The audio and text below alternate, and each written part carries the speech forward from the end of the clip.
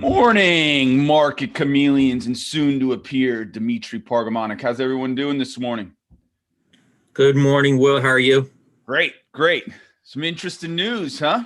With the Amazon? Yeah.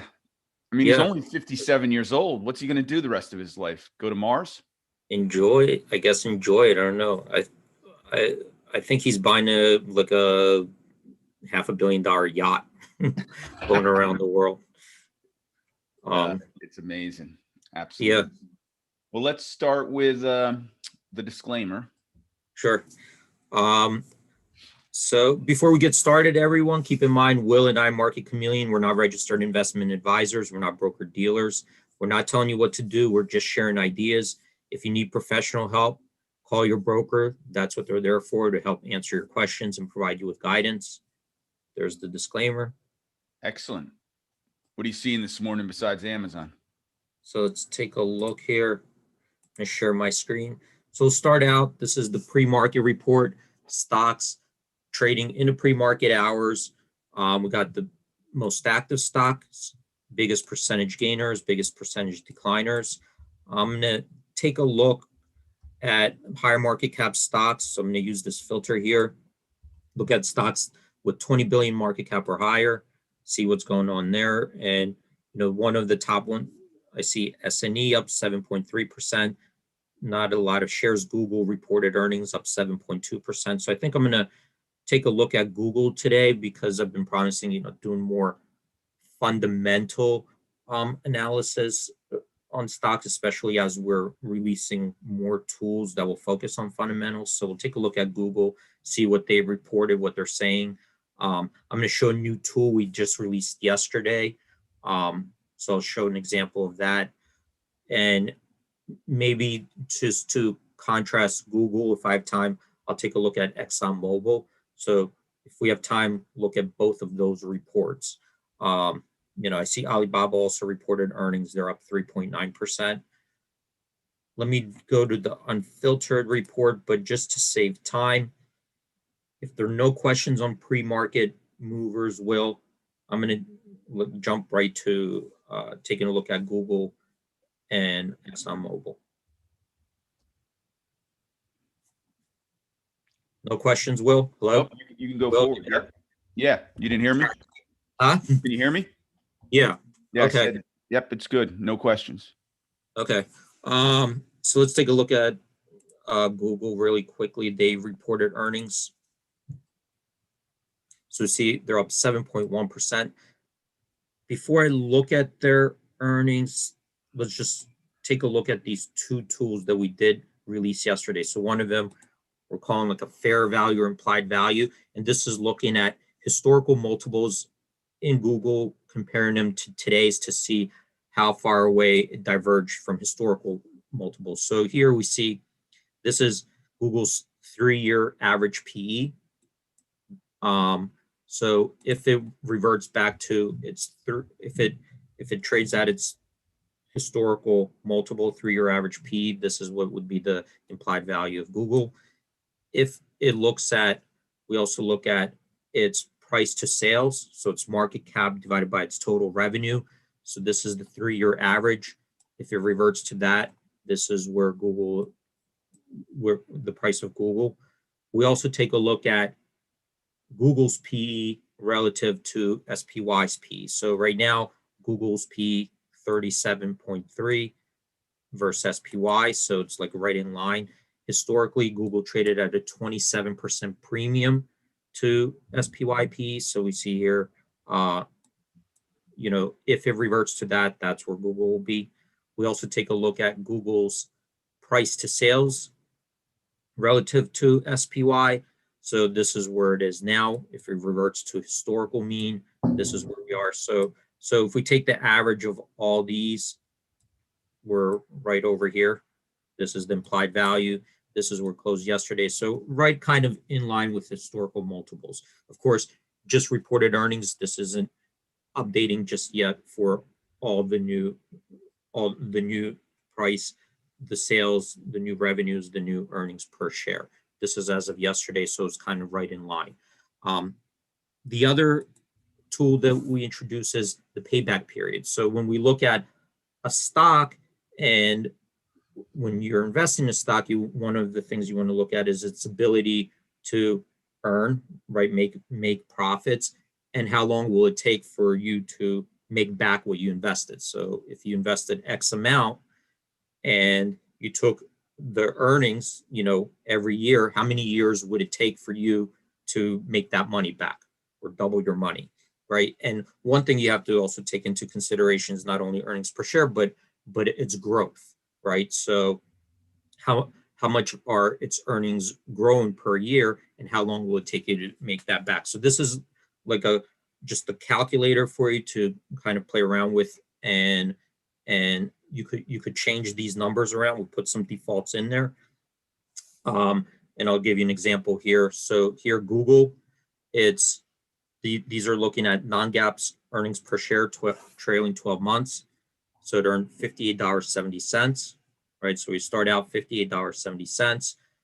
What about its growth rates? So we kind of defaulted it right now in this situation. Its 3-year average annual growth rate in earnings has been 23.6%. So if we start out $58.70 and we give it a growth rate per year of 23.6, that's our assumption. Right now, it would take 9 years for those cumulative earnings, maybe between 9 and 10 years over here, for those cumulative earnings to equal the stock price. Okay, so that's how long it would take to pay back. So assuming, a double, from here.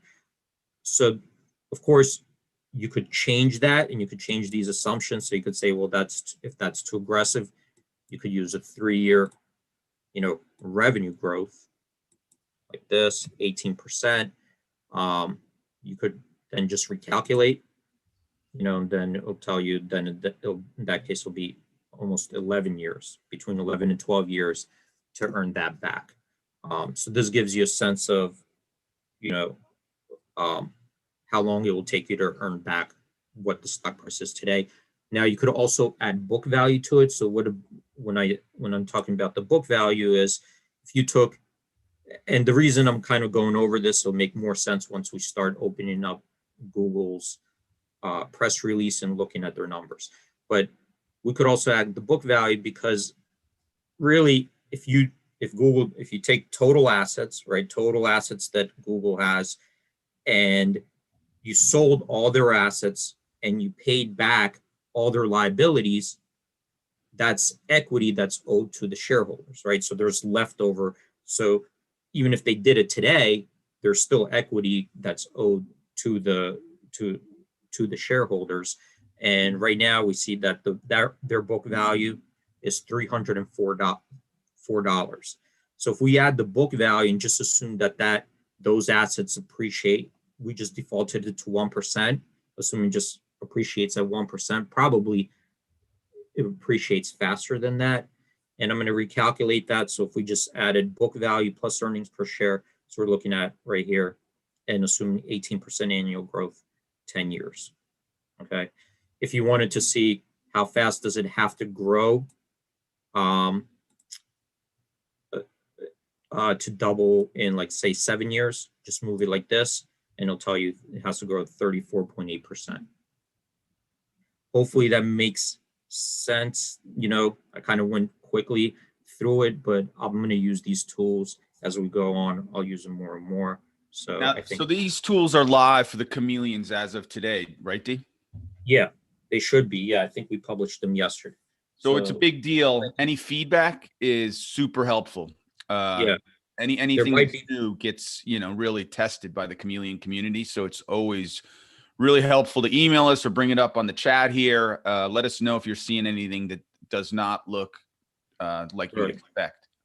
Right. And these are the initial, release. So we're going to be improving them as we go along. I know as soon as we release them, I do get people start using them. I get beat up a little bit, when people say, oh, well, this isn't working, this isn't like that. But we tested it as much as we could internally, but it does, we have, tens of thousands of users per day. So we cannot possibly test like, you have that kind of, those types of numbers out there. So again, you guys Wait till the doctor just gets his using- hands on this. Yeah, exactly. So let's take a look at Google's earnings. And here we see, Google over here reported earnings, earnings per share, $22.30. That was a beat. They also beat on the revenue, 3.8 billion, stocks up 7.2%. Let's take I'm going to open up their press release and kind of just go through and see if we could pick out the important things about Google, start a discussion, and then I'm going to compare that to ExxonMobil. So and it will be more relevant once we start releasing more fundamentals like income statement, cash flow statement, balance sheet. This will start making more sense. So I'm going to take a look at, I'm going to go to the SEC website just to see what they filed. So this is what they filed yesterday, 8K. I'm going to take a look at their press release here.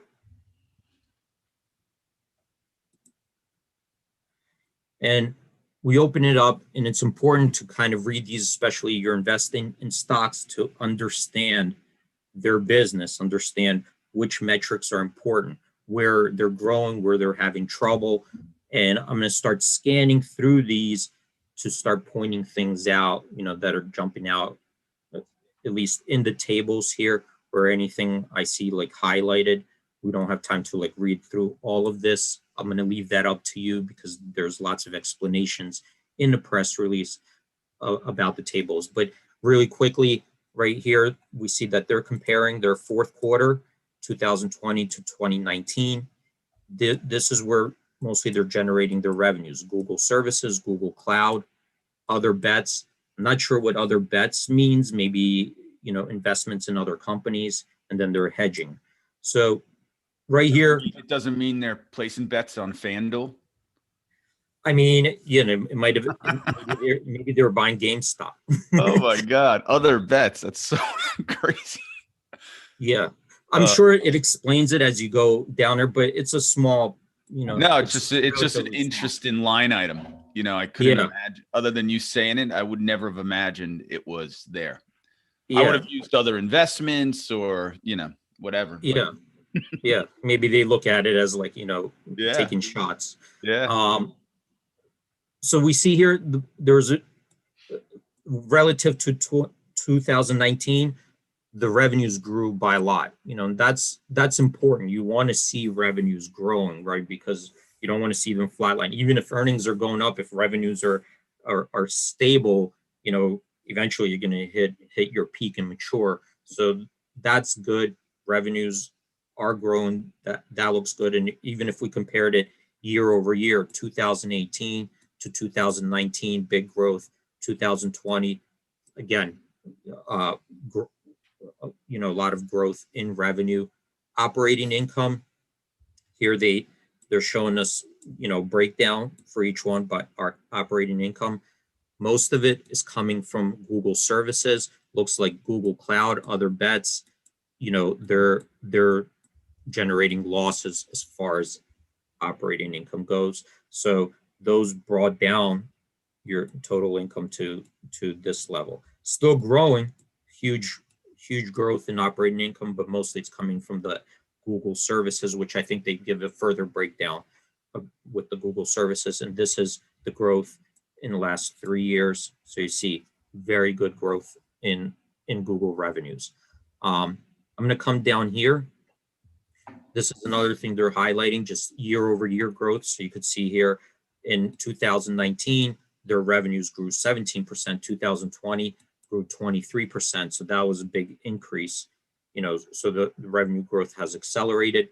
Operating margins, so this is their operating income, operating margins went from 20% of revenue to 28% of revenue. So that's a good improvement as well. So they're executing there. Here's the net income. and diluted earnings per share, $15.35 in 2019, $22.30 to 20. So as far as that, their execution is really good, growing their revenue and growing their earnings. Here's a breakdown, Google services. So we see here, Google search and other, that's their top revenue, right? So that's where they're generating the most of their net revenues. Those search ads, when you're doing Google search and you see those ads, that's where most of their revenues coming from, and that had nice growth. YouTube ads, that's second in line, that had nice growth.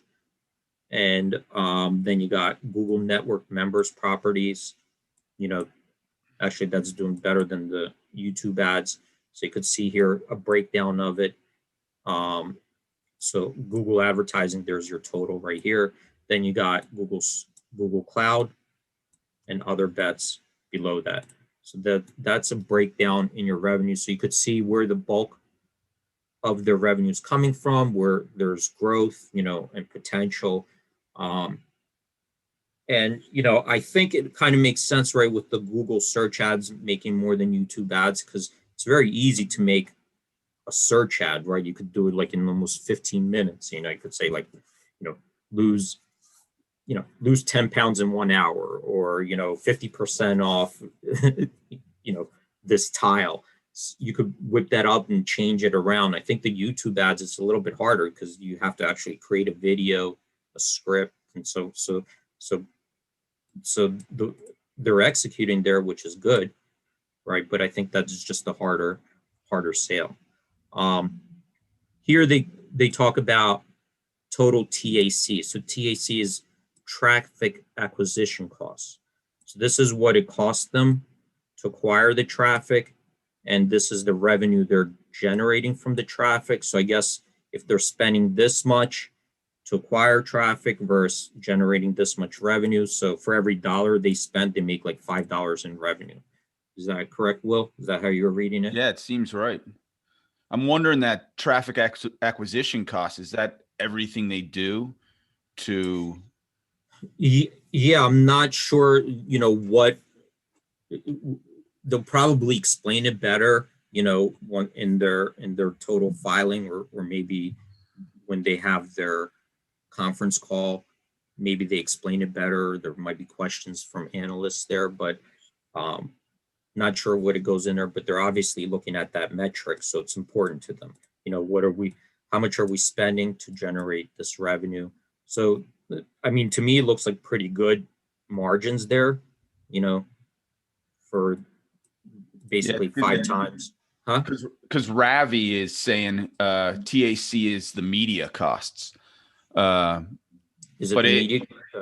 But that to me means advertising. I just, it's hard for me to fathom, and maybe I've missed these Google ads. I know there are probably some Google ads, but like that traffic. Well, like for example, Google pays Apple to run their search engine, right? Like Google will pay to have their search up top, or their default browser. So I'm not sure exactly the breakdown, but I know that Google does pay to be on top of applications. Oh, there you go. Maybe that's it. But I'm not sure if that's what is going in here. You have to go in there and read it deeper, but since they're showing it to us, this is an important metric for them. So you want to keep an eye out on it, because analysts will keep an eye out on it. Well, for most internet companies, that is true. It's the media. It's what they spend in advertising to actually get a person to come to their platform and converting in acquisition. Right, exactly. How much does it cost to acquire a customer? Usually, that's what you would look at in a traditional business model. Cost of acquisition versus the revenue generated. So there has to be a margin there, or it doesn't work. Let's take a look at. I'm going to come down here a little bit, and this is the next big thing that we're going to be talking about. Is it's Um, book value, I think, is important, and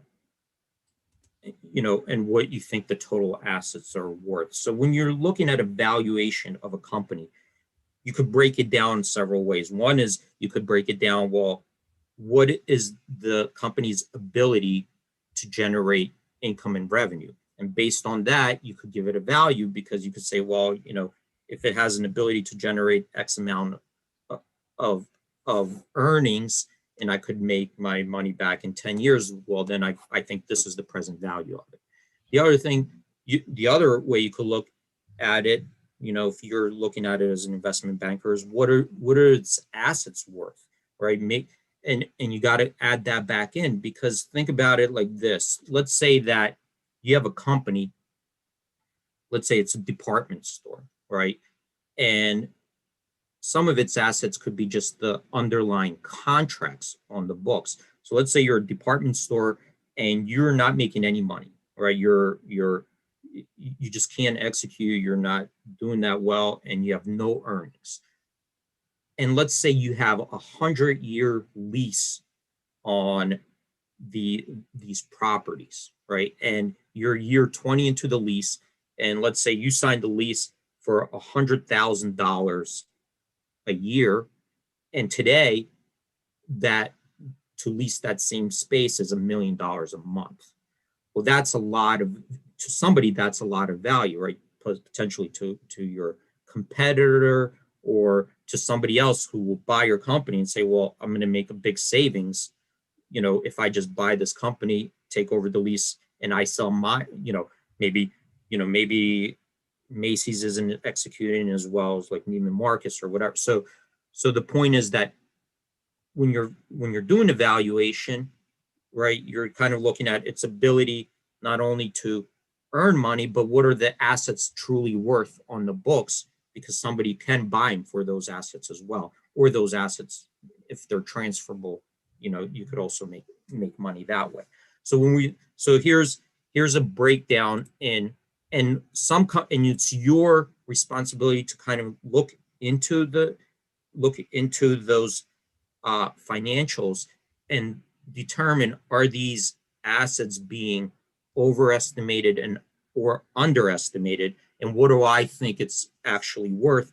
Because that's where you start pricing in, is the stock undervalued, or is the stock overvalued? And when you're looking also at the earnings growth, just like Warren Buffett, you have to determine, is that earnings growth sustainable? How is their competition? Is there that moat that Warren Buffett's talking about? Where it's very sticky, and it's very hard for competition to break in. So let's take a look at Google's assets. So here they're talking about their assets, right? And initially they have cash and cash equivalents, they have marketable securities, whatever bonds or whatever that they could convert into cash, total cash and equivalents, accounts receivable. So they're showing you all their assets, inventory, all the way down the line, goodwill, total assets over here. So we see total assets grew from 2019 to 2020, right? Then they show their liabilities, long-term debt, accounts payable, all this. So then you got to get a total from here. So if you take total assets, total liabilities, you subtract it, then you got your stockholder equity, right? This is what would be left over if they liquidated the entire company. This is what they think. If they liquidated the entire company, this is what would be left over to distribute to shareholders. So I think with Google, right, when we looked at it, let me see. I'm going to come back to the payback period here. So when we looked at the book value, it was $304 as of last report, $304 per share. Okay. Now, in my opinion, Google this is my opinion, I'm just sharing my ideas here, but I think a company like Google will tend to underestimate their true assets, because their assets don't lie in just the real estate that they own, that you could, figure out the market cap, but it's the data that they have, right? All this data that they've been collecting on people, all this infrastructure they have, it's very hard to replicate. What is that worth, right? Like, what is all the data that they have worth? All that information, like, that has a value. I don't know what it is, right? But It's a it has a lot. value. And it's a lot. It's probably, even if you can't monetize it fully, it has a value to somebody. We could kind of take a look at history. You know, what did Facebook pay for like WhatsApp, or what did they pay for Instagram? Because they're paying some amount per user, right? Or whatever metric they're using. And over time, that monetization could even go up. So when I mean by monetizing, just like the example I told you about the long-term contract, that you're sitting on an asset, but like a department store sitting on an asset that has value, but they might be trading very low because they're just not, their business model is not executing. Google seems to be executing pretty well, but here, what the point I'm making is that I think that stocks like Google, Microsoft, you know, Facebook, Apple, I think their book values are being a little bit underestimated, and it's kind of your job to go and say, like, well, what do I think it's worth? You know, what did other companies pay to acquire, you know, companies with this amount of users to get that information? You know, and Facebook makes acquisitions. Obviously, other companies do as well. So, really quickly, those are two things, you know, you want to be looking at. That's why we're having, you know, these estimates for you to quickly just kind of generate it. And you see here on Google, we could take a look at their earnings growth. So that's another thing. So you could see it just kind of going really way up here. And we could compare it to revenue growth. So you could see it's kind of like straight line up. So they've been doing really well on that front. I want to show you ExxonMobil really quickly. I have 4 minutes, but here's ExxonMobil. So just to give you a contrast here, ExxonMobil does not earn a lot of money right now.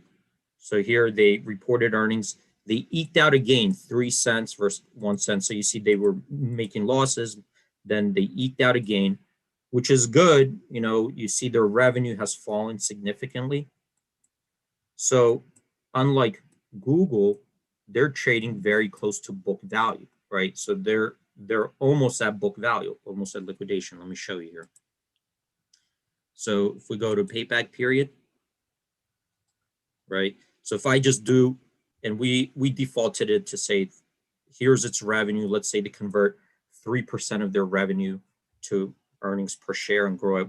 Since they're not growing, we're going to give it 1% annual growth rate. It'll take for over 15 years. You know, you could just keep going and going, you know, to equal this 46. But if I add the book value, see their book value, they reported $42. So recalculated, you're at year 2. So, but are they overestimating their book value? That's the question. You know, they're not obviously earning money with their assets. Are their assets worth as much as that they're saying? And let me show you what happened on their report. So let's take a look at their report. Hold on a second. Let me go back to earnings per share. So they reported, and it's, look, if they return to profitability, right, we could see here where they were before, like at $70, you know, $60 at 45, and they're pretty close to book value. But let's just take a look at what they did in their press release really quickly. And this is where, you know, the contrast is. So here they're telling us they earned 3 cents per share. That's excluding identified items of 110 million. So they lost, you know, some. So they showed on the GAAP basis, they're showing a big loss. Okay. Non-GAAP, they're showing a gain. So let's see what that means. So I'm coming down here. They're comparing fourth quarter, you know, 2020, 2019. You see a big loss, 2020 versus a gain in 2019. $4.70 loss compared to $1.33 gain. And we're going to take a look. Well, what is this force actually, with identified items per share, $4.73, but so what's the deal there, right? They are reporting 3 cents really that they made money, but naturally they lost $4.73. I'm going to come down here. We only have a minute left, but let me show you really quick. They describe it in here. Let me see if I could just find it in a table.